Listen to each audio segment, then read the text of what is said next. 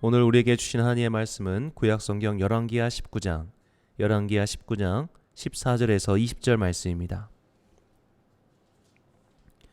구약성경 열왕기하 19장 14절에서 20절 말씀. 이제 봉독하겠습니다. 하나님의 말씀을 경청하십시오. 히스기야가 사자의 손에서 편지를 받아보고 여호와의 성전에 올라가서 히스기야가 그 편지를 여호와 앞에 펴놓고 그 앞에서 히스기야가 기도하여 이르되 그룹들 위에 계신 이스라엘의 하나님 여호와여, 주는 천하 만국의 홀로 하나님이시라. 주께서 천지를 만드셨나이다. 여호와여, 귀를 기울여 들으소서. 여호와여, 눈을 떠서 보시옵소서. 사내립이 살아계신 하나님을 비방하러 보낸 말을 들으시옵소서. 여호와여, 아수르 여러 왕이 과연 여러 민족과 그들의 땅을 황폐하게 하고 또 그들의 신들을 불에 던져 싸우니 이는 그들의 신이 아니요 사람의 손으로 만든 것 곧 나무와 돌뿐이므로 멸하였나이다. 우리 하나님 여호와여, 원하건대 이제 우리를 그의 손에서 구원하옵소서. 그리하시면 천하 만국이 주 여호와가 홀로 하나님이신 줄 알리이다 하니라. 아모스의 아들 이사야가 히스기야에게 보내 이르되 이스라엘 하나님 여호와의 말씀이 내가 아수르 왕 사네립 때문에 내게 기도하는 것을 내가 들었노라 하셨나이다. 아멘. 믿음의 성공을 위하여란 제목으로 하나님의 말씀 선포하겠습니다. 성공이란 무엇일까요? 국어사전은 목적하는 바를 이룸이라고 성공을 정의합니다. 성공이라고 번역하는 영어 단어 success 또한 같은 뜻입니다. 영영사전은 당신이 노력한 어떤 것을 얻는 것이라고 정의합니다. 이런 성공에는 전제가 있습니다. 바로 목적입니다. 목적한 바를 얻으면 성공한 겁니다. 학업 성취도가 목적인 사람은 높은 학업 성취도를 얻으면 성공한 겁니다. 승진이 목적인 사람은 승진을 하면 성공한 겁니다. 결국 목적을 보면 그 사람의 가치관이 고스란히 드러난다고 볼 수 있습니다. 현대인들에게 성공하고 싶은 이유, 즉 성공하려는 목표, 목적이 무엇이냐고 물으면 아마도 많은 이들이 행복이라고 대답할 것 같습니다. 돈이 많아도 행복하지 않으면 성공하지 못했다고 할 것이고, 돈이 적어도 행복하다고 하면 성공했다고 평가할 겁니다. 그렇다면 기독교인 또한 성공의 기준, 목표가 행복이어야 할까요? 그렇지 않습니다. 우리의 목표, 우리의 목적은 그리스도 예수입니다. 그분과 함께하는 것, 그분을 느끼는 것, 그분의 임재를 체험하는 것, 그리하여 신앙이 굳건해지고 담대해지는 것이 우리의 목표고 기준입니다.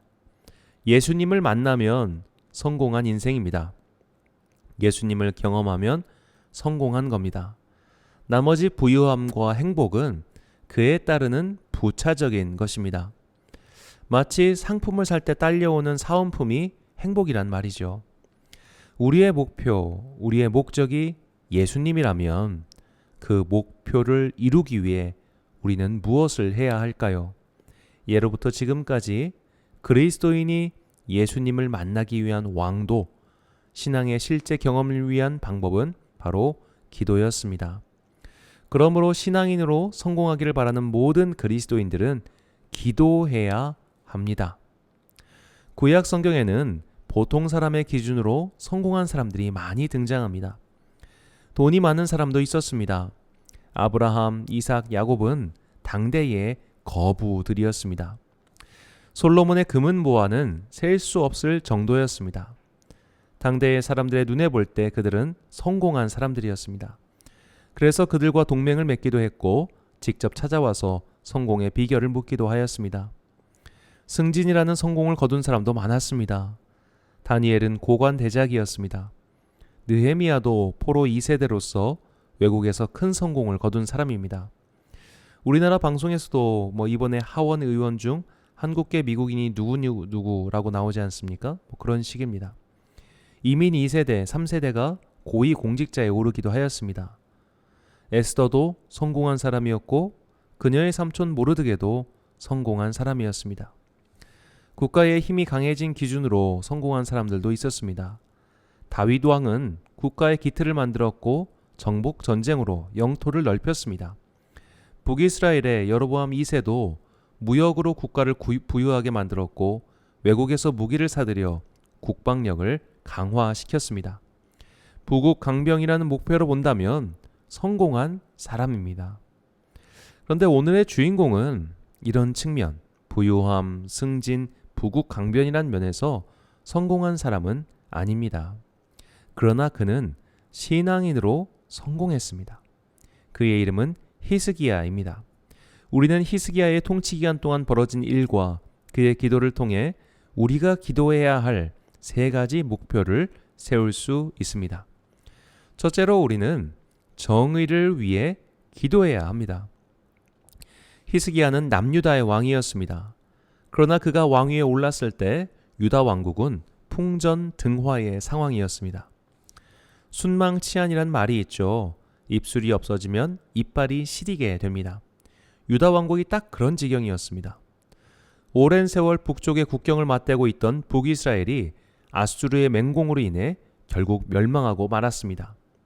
유다 왕국과 북이스라엘 왕국이 사이가 좋았던 것은 아닙니다. 많이도 싸웠습니다. 하지만 그래도 그들은 뿌리가 같기 때문에 싸우긴 했어도 원수처럼 죽여서 없애버려야겠다, 그런 생각까지 품지는 않았습니다. 미흡하지만 서로 같은 신앙을 갖고 있었고 같은 문화를 갖고 있었습니다. 그러나 아수르는 그런 나라가 아니었습니다. 그들은 피지배인에게 무차별적인 폭력을 가했습니다.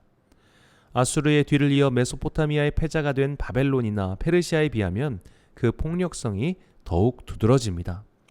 바벨론과 페르시아가 소수민족, 즉 작은 나라들을 포용하는 정책을 폈다면 아수르는 굴복도 아닌 멸망의 정책을 폈습니다. 그래서 역사학자들은 아수르 제국의 수명이 짧았던 이유가 이런 폭력성 때문이라고도 말합니다. 히스기야의 아버지인 아하스는 아수르를 두려워하여 완전히 굴복했습니다. 열왕기하 16장은 히스기야의 아버지 아하스 왕이 폈던 아수르 숭배 정책을 전해줍니다. 그는 아수르의 종교 제도를 그대로 예루살렘 성전에 이식합니다. 열왕기하 16장 10절에서 11절입니다. 아하스 왕이 아수르의 왕 디글랏 빌레셋을 만나 다메섹에 갔다가 거기 있는 제단을 보고 아하스 왕이 그 제단의 모든 구조와 제도의 양식을 그려 제사장 우리야에게 보냈더니 아하스 왕이 다메섹에서 돌아오기 전에 제사장 우리야가 아하스 왕이 다메섹에서 보낸 대로 모두 행하여 제사장 우리야가 제단을 만든지라. 이 얼마나 안타깝고 한심한 일입니까? 아하스 왕은 살아남기 위해서 뭐든 할 기세였습니다. 아수르 왕이 시키지도 않았는데 알아서 아수르의 종교 제의를 예루살렘에 갖다 놓습니다. 그리고 그 일에 제사장이 동조해서 따라갑니다. 정치도 타락했고 종교도 타락했습니다.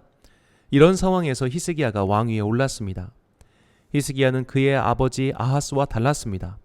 성전을 정화시키고 예배를 회복시켰습니다. 이게 절대로 단순한 일이 아닌 것이 성전을 정화시켰다는 말인즉 아수르식의 종교제의, 문화를 타파했다는 겁니다. 이것은 대놓고 아버지의 친아수르 정책을 폐기하고 자립하겠다는 선언이었습니다. 오늘날에도 이런 일이 있죠. 중국은 절대로 소수민족의 독립을 용인하지 않습니다. 그들에게 어느 정도 자치권도 주고 문화의 고유성을 지키기 위해 지원도 해주지만 절대로 중국에서 떨어져 나가는 독립을 허용하지 않습니다. 홍콩, 대만, 티베트 등을 보면 명확하죠. 아수르 또한 마찬가지였습니다. 히스기야의 정책을 용인할 생각이 없었습니다.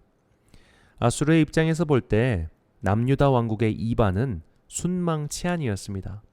남유다 왕국은 나일강 유역의 고대 강국인 이집트의 북진을 막는 뚜껑이었습니다. 남유다 왕국이 이반하면 이집트의 북진을 허용할 수 있었기 때문에 아수르는 유다 왕국을 반드시 굴복시켜야 했습니다. 냉정한 국제정세의 흐름이죠. 히스기야가 일반적인 기준으로 볼 때 성공하지 못했다고 하는 이유가 여기에 있습니다. 부유함과 평온함을 원했다면 그는 균형 외교를 취해야 했습니다. 이집트와 아수르 사이에서 때로는 이쪽에 붙고 때로는 저쪽에 붙는 균형 외교를 해야 남유다 왕국은 살아남을 수 있었습니다. 그러나 히스기야는 그렇게 하지 않았습니다. 아수르를 따라간 것도 아니고 이집트의 편이 된 것도 아니었습니다. 그렇게 했기 때문에 결국 돌아온 것은 아수르의 침공이었습니다. 열왕기하 18장 13절에서 16절입니다. 히스기야 왕 제14년에 아수르의 왕 사네립이 올라와서 유다의 모든 견고한 성읍들을 쳐서 점령하매 유다의 왕 히스기야가 라기스로 사람을 보내어 아수르 왕에게 이르되 내가 범죄하였나이다. 나를 떠나 도나라 가소서. 왕이 내게 지우시는 것을 내가 당하리이다 하였더니 아수르 왕이 곧 은 300달란트와 금 30달란트를 청하여 유다 왕 히스기야에게 내게 한지라. 히스기야가 이에 여호와의 성전과 왕궁 곳간에 있는 은을 다 주었고 또 그때에 유다 왕 히스기야가 여호와의 성전 문의 금과 자기가 모든 기둥에 입힌 금을 벗겨 모두 아수르 왕에게 주었더라.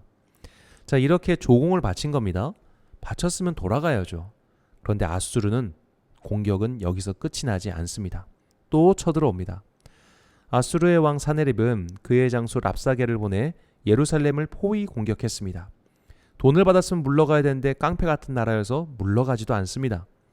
정치적인 측면에서 볼 때 히스기야의 정책은 그는 정치 감각도 없었고 국제 정세를 읽는 눈도 없었습니다. 멍청한 짓을 한 겁니다. 대통령제 국가였다면 아마 즉각 탄핵감이었을 겁니다.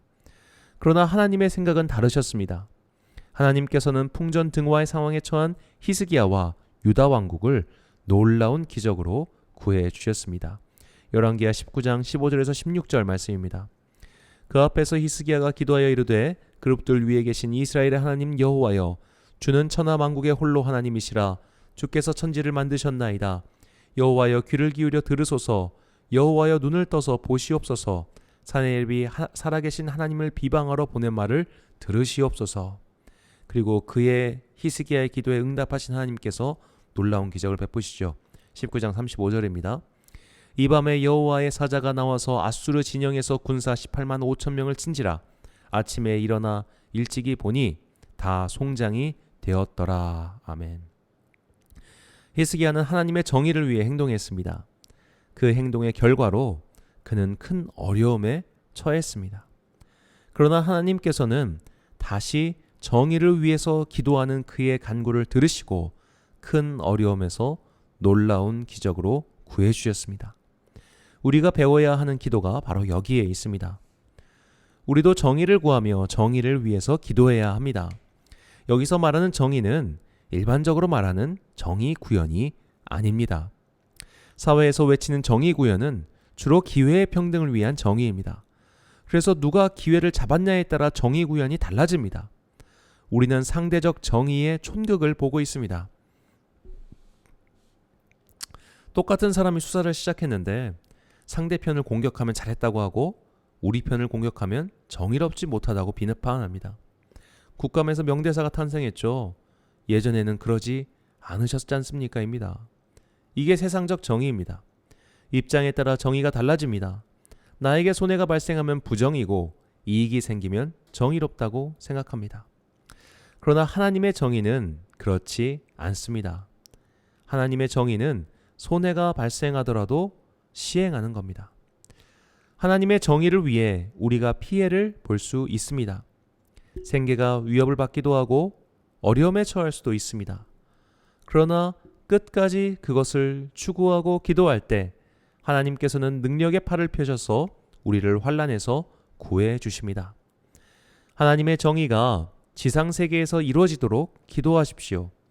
그리고 그 정의를 위하여 행동하고 희생을 감수하십시오.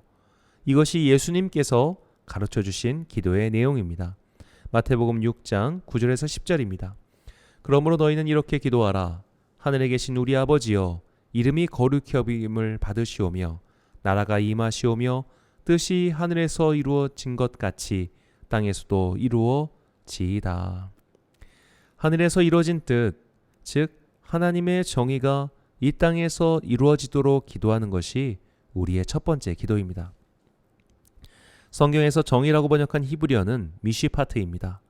이것은 특별히 재판 과정에서의 정의로움을 가리킵니다. 하나님께서는 재판을 굽게 하는 것, 즉 특정인에게 유리하게 재판하는 것을 정의롭지 못하다고 말씀하십니다. 우리나라에서 너무나 유명한 인구에 회자되는 진리의 말이 있죠. 유전무죄, 무전유죄. 1988년에 일어난 사건입니다. 탈주자 지강원 씨는 560만 원을 절도한 죄로 무려 17년형을 살게 됩니다. 그런데 그 당시 전두환 전 대통령의 동생인 전경환 씨가 600억 원을 횡령했는데 고작 7년형을 언도받고 그나마 3년을 징역 산 뒤 풀려나자 이에 크게 분노하여 영등포 교도소에서 공주교도소로 이감되는 중 탈주하여 인질극을 벌인 것입니다. 지강원 씨는 1954년 전남 광주에서 태어났습니다. 가난해서 학교를 다닐 수 없었습니다. 결국 그는 상습 절도범이 되었습니다. 그는 총 11건의 범죄를 저지른 절도범이었습니다. 그래서 이제 17년형이라는 중형이 언도된 것이죠. 자신의 억울함을 토로하고 싶어서 그는 인질극을 벌이고 방송을 요구합니다. 그때 그가 외친 말이 다음과 같습니다. 돈 없고 권력 없이는 못 사는 게 이 사회다. 대한민국의 비리를 밝히겠다. 돈이 있으면 판검사도 살 수 있다. 유전무죄, 무전유죄, 우리 법이 이렇다. 이 얼마나 많은 사람이 공감하는 말인지 모릅니다. 30년의 세월이 지났지만 우리 사회는 정말 유전무죄, 무전유죄에서 벗어났을까요? 법률신문 2013년도 통계를 보면 돈이 많은 사람들은 법을 위반해도 처벌받지 않는다고 생각하는 우리 국민이 무려 76%나 됩니다. 권력이 있는 사람들은 법을 위반해도 처벌받지 않는다고 생각하는 사람들도 거의 79%나 됩니다. 같은 범죄를 저질러도 가난하고 힘없는 사람이 더 심한 처벌받는다고 생각하는 사람이 역시 79%입니다. 자, 이 무전유죄, 유전유죄, 정말 돈이 있으면 그리고 권력이 있으면 또 그런 사람을 알고 있으면 참 편하게 세상을 살 수 있습니다. 그런 예 중 하나가 저는 병원 진료라고 생각합니다. 아는 의사, 간호사, 관계자가 있으면 순서를 기다리지 않고 진료를 받을 수 있습니다. 공공연한 사실입니다. 그러나 그런 백도 없으면 몇 달이고 진료를 기다려야 하고 그나마 진료를 본 뒤 그냥 돌아가야 하는 일도 대다수입니다. 돈이 있으면 VIP 병동에 입원해서 최고급 진료를 받을 수 있지만 돈이 없으면 기다리다가 죽습니다. 돈이 있으면 줄을 서지 않아도 됩니다. 권력이 있으면 똑같은 법도 다르게 적용받습니다. 이게 우리 사회입니다. 그렇다면 이런 사회에서 하나님의 정의를 지킨다는 것은 무엇일까요? 판결을 굽게 하지 않는 것, 권력에 굴하지 않는 것, 힘 있는 자들의 말에 쫄지 말고 해야 할 일을 순서에 따라 하는 것입니다. 히스기야는 아수르의 강대함에 쫄지 않았습니다. 해야 할 일을 바르게 했습니다. 그 결과 엄청난 피해가 뒤따라왔지만 그는 정의의 길을 굽히지 않았습니다. 이것이 우리의 기도이어야 하고 또 삶이어야 합니다. 시편 106편 3절 말씀입니다. 정의를 지키는 자들과 항상 공의를 행하는 자는 복이 있도다. 아멘. 사랑하는 성도 여러분, 정의를 위하여 기도하십시오. 정의가 이 땅에 실현되도록 기도하십시오. 그리고 내 삶에서 정의를 실천하십시오. 힘 있는 자라고 권력이 있는 자라고 우대하는 것은 정의롭지 못한 행동입니다. 상대의 힘에 쫄아서 옳지 못한 일을 따르는 것 또한 정의롭지 못한 것입니다. 명확한 손해와 피해가 당장 내 눈앞에 있다고 하더라도 정의의 길을 포기하지 마십시오. 포기하지 않았던 히스기야를 주님의 천사들이 도운 것처럼 하나님께서는 정의를 위해 기도하고 실천하는 우리를 도와주십니다. 두 번째로 히스기야는 공동체를 위해 기도했습니다. 히스기야는 율법에 따라 유다 백성들이 잊어버린 유월절 예식을 회복합니다. 그리고 날짜를 정해서 유월절 예식을 거행합니다. 그런데 문제가 생겼습니다. 제사장들도 백성들도 유월절 예식을 드려본 지 너무 오래되었습니다. 어떻게 해야 하는지 까먹었거나 익숙하지 않았습니다. 그래서 하나님의 율법을 제대로 지키지 못하게 됩니다. 역대하 30장 18절에서 20절 말씀입니다. 에브라임과 므낫세와 이사갈과 스불론의 많은 무리는 자기들을 깨끗하게 하지 아니하고 유월절 양을 먹어 기록한 규례를 어긴지라. 히스기야가 그들을 위하여 기도하여 이르되 선하신 여호와여 사하옵소서. 결심하고 하나님 곧 그의 조상들의 하나님 여호와를 구하는 사람은 누구든지 비록 성소의 결례대로 스스로 깨끗하게 못하였을지라도 사하옵소서 하였더니 여호와께서 히스기야의 기도를 들으시고 백성을 고치셨더라. 아멘. 이 도덕적으로 깨끗하게 사는 사람은 그렇지 않은 사람을 못 견디는 경우가 많습니다. 특히 종교적인 부분에서 엄격한 사람은 더욱 그렇습니다. 예배 시간에 늦게 오면 눈을 흘기고 쳐다봅니다. 혹시라도 이제 앉아서 옆에 사람과 대화를 하면 더욱 신경질적으로 쳐다봅니다. 심지어 목사를 찾아와 저런 사람들은 혼내줘야 한다고 말하기도 합니다. 종교적 엄격함에 빠진 사람들이 이렇습니다. 일종의 바리새인적인 태도입니다. 이분들을 뭐라고 할 수는 없습니다. 왜냐하면 이분들은 누구보다도 예배에 진지하기 때문입니다. 나에게 너무나 소중하고 진지한 것을 누군가 함부로 대한다면 기분이 좋을 리 없죠. 비근한 예를 들어 클래식 공연장에서 공연장에 어울리지 않는 태도를 취하면 진지하게 공연에 임하는 사람들에게 실례인 것과 마찬가지입니다. 지휘자분들 중에는 관객이 소란스럽거나 공연 태도가 좋지 않으면 아예 공연을 하지 않거나 앵콜에 응하지 않는 분들도 여럿 있습니다. 누구보다도 이것에 진지하기 때문에 그런 겁니다. 히스기야는 유월절 제사의 회복에 모든 것을 걸었다 해도 과언이 아니었습니다. 그런데 정작 백성들이 제대로 율법을 지키지 않았습니다. 자신의 진지함에 비한다면 그들은 너무나 태평했고 대충대충이었습니다. 당연히 화가 날 수밖에 없었습니다. 당장 벌을 내려달라고 해도 모자랄 판이었습니다. 그러나 히스기야는 그들을 위해 기도했습니다. 그리고 하나님께서는 그의 기도를 들어주셨습니다. 우리가 배워야 할 기도의 모범이 바로 이것입니다. 우리는 유례없는 편가르기의 세상에서 살고 있습니다. 이쪽과 저쪽의 편가르기와 혐오, 증오가 정말 눈뜨고 보기 힘들 정도입니다. 미국의 현재 대통령 선거를 보면 이를 명확히 알 수 있습니다. 21세기 들어 최고의 투표율을 기록했습니다. 70년 만이라고 하네요. 당선자도 최고 득표로 당선했고 낙선자도 최고 득표로 낙선했습니다. 완전히 편이 갈렸습니다. 서로의 지지자들은 분열되어 폭력과 유혈 사태를 일으키고 있습니다. 이것이 바다 건너 나라의 상황이라고 치부할 수가 없습니다. 우리나라의 사회적 혼란과 대립 또한 엄청나게 심각합니다. 작년이죠. 한쪽은 광화문에서, 한쪽은 서초동에서 대검찰청 앞에서 했던 집회를 생각해 보십시오. 똑같은 사안에 대해서 완전히 입장 차이가 갈려 있습니다. 물론 민주주의는 다양한 입장이 공존하는 세계입니다. 그러나 나는 옳고 너는 그르다. 그런 태도는 부적절합니다. 나와 너의 다름이 나와 너의 옳고 그름의 문제가 되는 순간 흐르는 것은 폭력과 증오뿐입니다. 히스기야는 얼마든지 유월절 제사에 참여한 그들의 정결 예식의 문제를 옳고 그름의 문제로 보고 율법을 지키지 못한 백성들을 제쳐둘 수 있었습니다. 너희는 예배를 드릴 자격이 없다 라고 내칠 수 있었습니다. 그러나 그는 율법을 지키지 못한 자들을 위해서 기도했습니다. 그는 자신과 다른 자를 위해서 기도하는 수준이 아니라 잘못된 자들, 틀린 자들을 위해서도 기도했습니다. 우리도 이런 기도를 배워야 합니다. 빨갱이는 회개하지 못해, 빨갱이는 마귀야 라고 증오의 메시지를 던져서는 안 됩니다. 보수는 꼴통이야, 무덤에 갈 때까지 정신 못 차려라고 혐오해서도 안 됩니다. 우리는 공동체 전체를 위해 기도해야 합니다. 나와 다른 이들을 위해서 기도해야 합니다. 심지어 틀린 길을 걷고 있는 자들도 결코 증오해선 안 됩니다.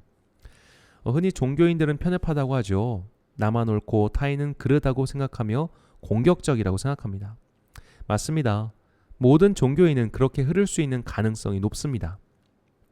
나에게 소중한 것을 위해서 공격적으로 변하는 부모들을 생각해 보십시오.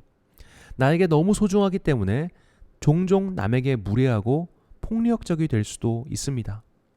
저들에게도 소중한 것이 있다는 생각을 머리로는 해도 가슴으로 하지 못하기 때문에 맹목적이 됩니다. 종교적 열정이 남다른 사람들이 이런 실수를 종종 합니다. 히스기야는 누구보다 열심히였습니다. 그러나 폭력적이지 않았고 증오에 눈이 가리지도 않았습니다. 우리도 이런 기도를 배워야 합니다. 하지만 이웃을 위해 공동체를 위해 기도해도 그들은 사실 잘 변하지 않습니다. 인간은 정말 잘 변하지 않습니다. 그렇게 변하지 않을 그들을 위해 하는 기도가 쓸모가 있는 일일까요? 변하지 않는 그들을 위해 하는 기도는 결국 나의 에너지 낭비가 아닐까요? 이런 기도는 땅에 버리는 쓸데없는 기도가 되진 않을까요? 결코 그렇지 않습니다. 시편 35편 11절에서 13절 말씀입니다. 불의한 증인들이 일어나서 내가 알지 못하는 일로 내게 질문하며 내게 선을 악으로 갚아 나의 영혼을 외롭게 하나 나는 그들이 병들었을 때에 굵은 베옷을 입으며 금식하여 내 영혼을 괴롭게 하였더니 내 기도가 내 품으로 돌아왔도다. 시인은 불의한 사람들을 위해 기도했습니다. 심지어 불의한 자들은 그의 마음과 기도를 배신하여 괴롭게 하였습니다. 그래도 기도했습니다. 그러자 하나님께서 갚아 주셨습니다. 이것이 우리가 남을 위하여 기도해야 하는 이유입니다. 사랑하는 성도 여러분, 이웃을 위해 기도하십시오. 나를 힘들게 하는 사람들을 위해 기도하십시오. 심지어 그를 축복해 주십시오. 그런데도 그가 나에게 못된 짓을 할 때 하나님께서는 내가 드린 기도를 나에게 돌아오게 하십니다. 기도는 결코 손해보는 장사가 아닙니다. 이것은 이윤밖에 남지 않습니다. 이웃을 위한 기도의 유익을 깨닫고 자비와 긍휼, 사랑의 마음으로 기도하는 여러분과 제가 되길 소망합니다. 마지막 세 번째로 히스기야는 자신을 위해 기도했습니다. 유월절 제사도 잘 마쳤습니다. 아수르의 침공도 주님의 은혜로 물리쳤습니다. 이제 좀 한숨을 돌릴 수 있게 되었습니다. 긴장이 풀어진 탓일까요? 히스기야가 병에 들었습니다. 병세가 점점 심각해졌습니다. 선지자 이사야가 찾아와 히스기야에게 말합니다. 집을 정리하라. 즉 죽을 준비를 하라는 겁니다. 히스기야가 얼마나 황망했을까요? 이제 좀 살만해졌는데, 이제 좀 한숨 돌릴 수 있게 되었는데, 지금까지 힘들게만 살았는데 죽는다니요. 히스기야는 정말로 간절히 기도합니다. 살려달라고 말이죠. 정의를 구하는 기도, 공동체를 위한 기도가 아니라 자신을 살려달라고 간절히 기도합니다. 열왕기하 20장 2절에서 3절 말씀입니다. 히스기야가 낯을 벽으로 향하고 여호와께 기도하여 이르되 여호와여 구하오니 내가 진실과 전심으로 주 앞에 행하며 주께서 보시기에 선하게 행한 것을 기억하옵소서 하고 히스기야가 심히 통곡하더라. 히스기야의 간절한 기도는 즉각 응답을 받습니다. 여호와께서는 그의 수명을 15년 연장시켜 주신 것뿐만 아니라 그의 기도가 응답되었다는 증거로 지구의 자전을 역방향으로 돌려버리셨습니다. 이게 얼마나 대단한 기적인가. 우리가 지구상에서 일어나는 엄청난 지진과 쓰나미는 대륙판의 마찰로 생기는 것이죠. 이 대륙판이 고작 몇 센티미터만 움직여도 전 지구적 규모의 대재앙이 펼쳐집니다. 그런데 하나님은 히스기야를 위해서 지구 전체를 뒤로 돌리신 겁니다. 이게 하나님의 능력이며 하나님의 마음입니다. 하나님께 간구하는 그 간절한 기도를 그냥 외면하지 않으십니다. 그런데 우리는 이 부분에서 이런 생각을 갖게 됩니다. 아무나 기도에 응답해 주시겠어? 나같이 선한 일도 별로 하지 않은 그런 사람의 기도를 들어주시겠어? 히스기야는 그동안 하나님 보실 때 좋은 일을 많이 했으니까 들어주신 게 아닐까? 라는 생각 말이죠. 맞습니다. 분명히 히스기야는 하나님 앞에서 옳고 선한 일을 했고 히스기야 또한 그 일을 기억하시고 자신을 살려달라고 기도합니다. 하나님께서는 의인의 간구를 들으십니다. 하지만 하나님의 자비하심이 의로운 자들의 기도만 들어주시는 것은 아닙니다. 만약 하나님이 그런 분이라면 하나님은 히스기야보다도 자비롭지 못한 분입니다. 히스기야는 율법을 지키지 못한 자들을 위해서 기도했지 않습니까? 하나님께서는 당신의 뜻을 저버리고 살아왔던 자들의 기도조차도 들어주십니다. 그분의 자비한 성품 때문입니다. 하나님께서 악인의 기도조차 들어주신 사례가 히스기야의 아들 므낫세입니다. 므낫세는 선한 왕이었던 아버지와 달리 유다 역사상 최악의 왕이었습니다. 그는 신앙으로도 실패했고 정책으로도 실패했습니다. 도무지 좋은 구석을 찾아볼 수가 없었습니다. 결국 그는 하나님의 철퇴를 맞습니다. 아수르에게 끌려가 포로가 되고 말았습니다. 므낫세는 포로 신세가 되어서야 그제서야 하나님께 기도합니다. 이 므낫세의 기도는 동방교회 전승에서 전해지고 있는데 몇몇 사본의 경우 그것을 시편의 부록으로 전해주고 있습니다. 좀 길지만 읽을 만한 가치가 있기에 전문을 소개합니다. 모든 자를 다스리시는 주여, 우리의 조상 아브라함과 이삭과 야곱 그리고 의로운 후손의 하나님, 하늘과 땅을 그 질서를 따라 만드시고 당신의 말씀으로 바다를 가두셨으며 당신의 두렵고 영광스러운 이름으로 무적행을 닫으시고 그것을 봉인하셨나이다.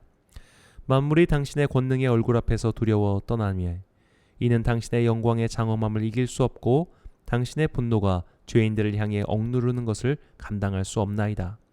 당신의 약속한 자비는 감히 측량할 수도 깨달아 알 수도 없으니 당신은 가장 높으신 주님이시며 불쌍히 여기시며 오래 참으시며 자비하심으로 인간의 악함을 회개케 하시니 주여, 당신께서는 당신의 선하심을 쫓아 당신을 향해 범죄한 자들에게 회개와 용서를 약속하셨나이다. 또한 당신의 풍성한 자비하심으로 죄인들로 하여금 회개와 구원에 이르게 하시나이다. 오 주여, 참으로 당신은 의로운 자의 하나님으로 의로운 자, 당신을 향해 범죄하지 않는 아브라함과 이삭, 야곱에게 회개를 정하지 않으셨으나 나 같은 죄인을 향해 회개를 명하셨나이다. 내가 바다의 모래보다 많은 죄를 저질렀으니 나의 죄가 허다하고 오 주여, 그 죄가 차고 넘쳐 내가 하늘을 향해 눈을 들 수 없으니 나의 허물이 많기 때문입니다. 쇠사슬에 겹겹이 묶여 엎드러지고 내 죄로 인해 억눌려 해안할 길이 없습니다. 내가 당신의 노를 바라여 당신 앞에 악을 행하여 가증한 것들을 세우고 죄를 더하였나이다. 이제 마음에 무릎을 꿇고 당신의 선하심을 구하나이다. 주여, 내가 죄를 범하였나이다. 나의 허물을 자백하나이다. 내가 기도하고 당신을 구하나니 나를 풀어주소서. 주여, 나를 풀어주소서. 나의 범죄를 따라 나를 멸하지 마옵소서. 언제까지나 노하지 마시고 나의 악함을 쌓아놓지 마소서. 땅의 가장 낮은 곳에 나를 내버려 두지 마옵소서. 당신은 주님이시며 회개하는 자의 하나님이시니 당신의 자비를 좇아 내 속에 당신의 선함을 보이소서. 가치 없는 나를 구하소서. 그리하면 내가 평생 당신을 찬양하리니 하늘의 모든 권세가 당신을 찬양하고 당신의 영광은 영원 무궁하리이다. 아멘.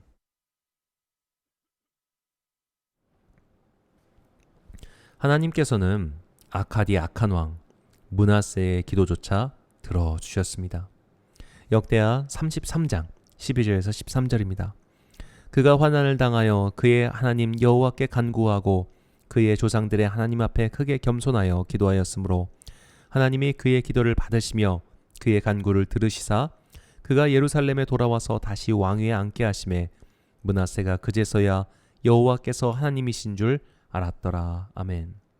자, 히스기야의 기도를 들으시고 므낫세의 간구를 들으신 하나님께서 오늘 우리의 간구를 외면하실 이유가 무엇이겠습니까? 그러므로 우리도 기도해야 합니다. 나 같은 사람의 간구를 들어주시겠어라는 생각이 드십니까? 마귀가 주는 생각입니다. 악의 끝판왕인 므낫세조차도 회개하고 간구하자 기도를 들어주셨습니다. 그런 하나님께서 우리의 회개와 간구를 들어주지 않으시겠습니까? 기도하십시오. 소망과 필요를 위해 기도하십시오. 원하는 것을 놓고 기도하십시오. 일단 시작해야 합니다.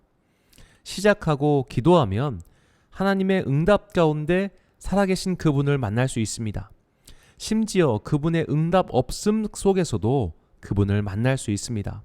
하나님을 만나면, 하나님을 경험하면, 즉 하나님께서 살아계시구나 라는 확실한 진리가 내 가슴 속에 살아있으면 무응답도 감사요, 응답도 감사하게 됩니다.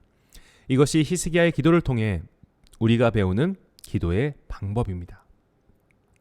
사랑하는 로뎀 교회의 성도 여러분, 이제 우리 교회는 이번 주 수요일부터 40일 동안 새벽 기도를 시작합니다. 새벽 기도의 영상은 매일 새벽 5시에 송출될 겁니다. 비록 실시간 영상도 아니고 또 성전에서 모여서 기도하는 것도 아니지만 이것을 기도의 계기로 삼으시길 바랍니다. 꼭 그 시간에 일어나서 하지 않으셔도 좋습니다. 심지어 영상을 보지 않아도 좋습니다. 다만 기도하십시오. 하루의 시간을 정하고 장소를 정하고 그리고 기도의 제목을 정하고 일단 시작하십시오. 5분도 좋고 10분도 좋습니다. 아침에 일어나서 해도 좋고 저녁에 잠자리에 들기 전에 해도 괜찮습니다. 중요한 것은 시작하는 겁니다. 특별히 오늘 말씀 3가지 메시지를 생각하며 제목을 정해 보십시오. 하나님의 정의가 이 땅에서 이루어지도록 우리가 사는 나라와 공동체를 위하여 분열과 증오와 혐오와 냉대가 사라지도록 기도하십시오. 그리고 나의 소망과 간구를 놓고 기도하십시오. 그 결과가 응답이냐 무응답이냐는 부차적인 문제입니다. 가장 큰 목적은 하나님을 만나는 겁니다. 하나님과 만나는 것, 하나님을 경험하는 것, 곧 하나님이 살아계시다는 그 증거를 내 영혼에 새기는 것이 기도의 알파와 오메가입니다. 이것이 그리스도인의 성공입니다. 그리스도인으로서 참 성공을 위해 기도하고 그 열매를 취하는 여러분과 제가 되길 간절히 축원합니다. 기도하겠습니다. 사랑과 은혜가 충만하신 아버지 하나님, 그동안 우리는 세상적 성공을 위해 달려왔습니다. 학업의 성취, 많은 재물, 명성 등을 목표로 삼았습니다. 이제부터 우리의 성공 개념이 달라지길 원합니다.